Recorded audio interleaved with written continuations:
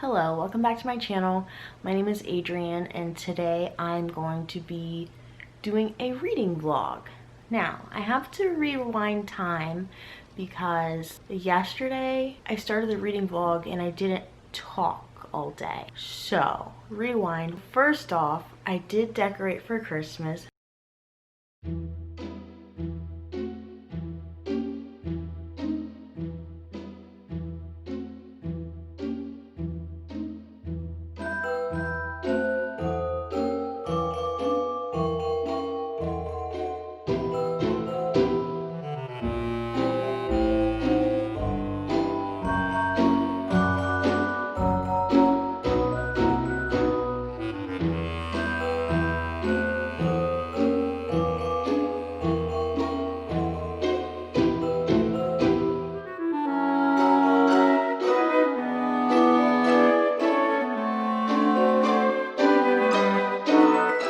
So yesterday turned out to be a very odd day. I was about 50 pages into The Invisible Life of Addie Larue, and yesterday morning, actually, I was coming home and Evermore by Taylor Swift came out, and it turns out there are two songs on there that just wrecked me. Tolerate It and 'Tis the Season. So I came home after Taylor Swift just like ruined my mood for the day, and I couldn't stop listening to those two songs. I haven't even listened to all of the album yet. Like, I'm just stuck on those two songs because they're so personal. And I made a lovely breakfast for myself.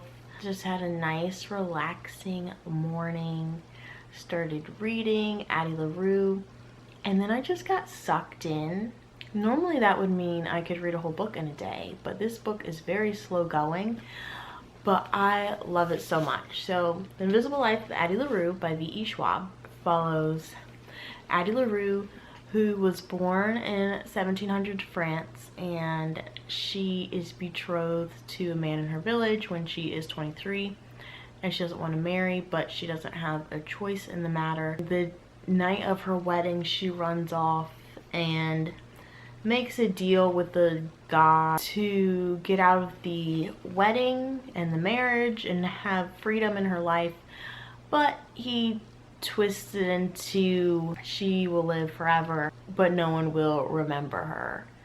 So whenever she meets someone, as soon as they go through a closed door or go to sleep or just are out of her sight for a moment, they forget her. So it flips between 1700s France and 2014 New York City when she's 300 plus years old, and she walks into a bookstore one day and the guy that she meets in there remembers her.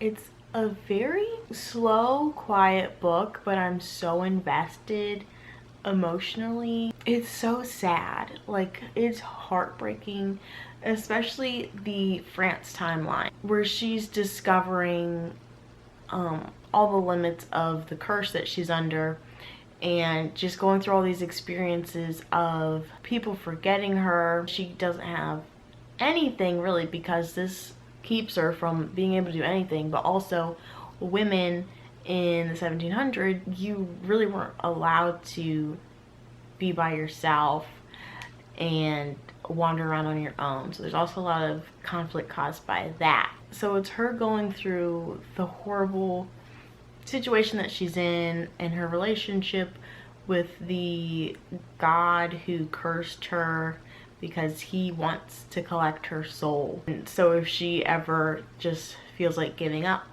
and no longer living this cursed life, the agreement is that he gets her soul. When I was reading yesterday and got to the part where the guy at the bookstore says, "I remember you," that was just so powerful and beautiful and heartbreaking. So yeah, yesterday I was just in a weird mood. I had the Taylor Swift, the Addie Larue, and I was just like moody. And now today I've just been hanging out, reading my book. I can't stop reading. I'm on page 268 right now, and which is so crazy because I feel like I've put so many hours into reading and it's like not matching up with what page I'm on. But I'm fine with it going slow because I love it so much. So I think I'm gonna try to finish it this evening, or at least get really far. And I'm going to record a read with me video because I thought it would be fun, and read some more book because it's so good. Hello, it's Monday now. I'm making dinner, but I want to finish Addie Larue in this vlog, so just bear with me.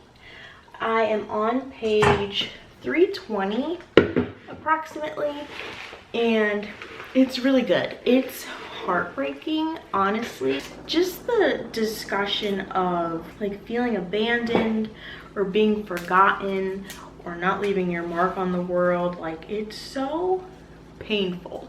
And I follow V.E. Schwab on Instagram, and I feel like I've went through it with her, like writing this book. She's had this story for so long and is finally able to write it, and just being there through the whole process with her and knowing it seemed to be like painful for her. And now I can see why. Like, it's painful to read in a sense. So the parts that are set in France and the first time that she likes a guy and falls for him, like, so painful. I have this salad bowl with this chopper to make your salad really chopped and small. But so the present day part has a much different feel because she found someone who remembers her, and I'm not going to spoil anything, but that part is like less painful to read, but also still just the whole book has this melancholy feel, and you just feel sad when you're reading it, even when nothing sad is happening. Like, nothing blatantly sad is happening, but just the whole mood is like heartbreaking. I'm not loving the relationship or love interest bit of it, but I'm not sure if we're supposed to. Like, I don't think it's supposed to be this epic love story. It's more just an exploration of what's going on in the relationship, which I know is vague, but anyway, I'm loving it. I'm gonna keep reading this evening. I'll hopefully finish it tonight or tomorrow. We'll see, but I definitely don't want to rush through it.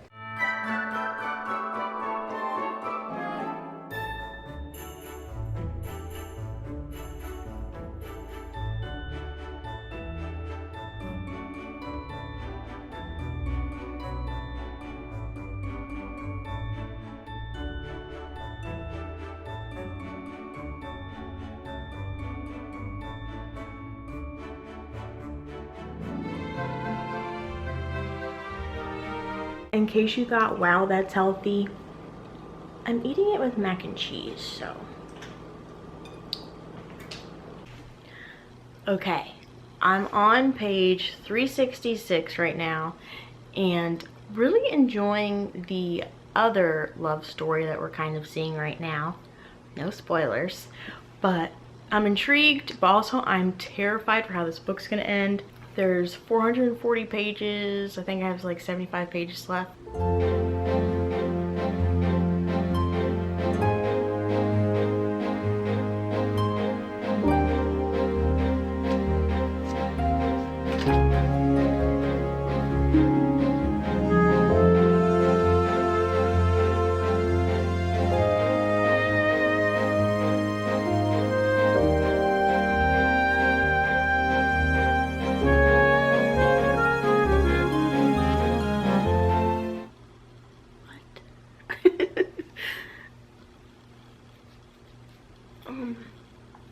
Okay. Whew.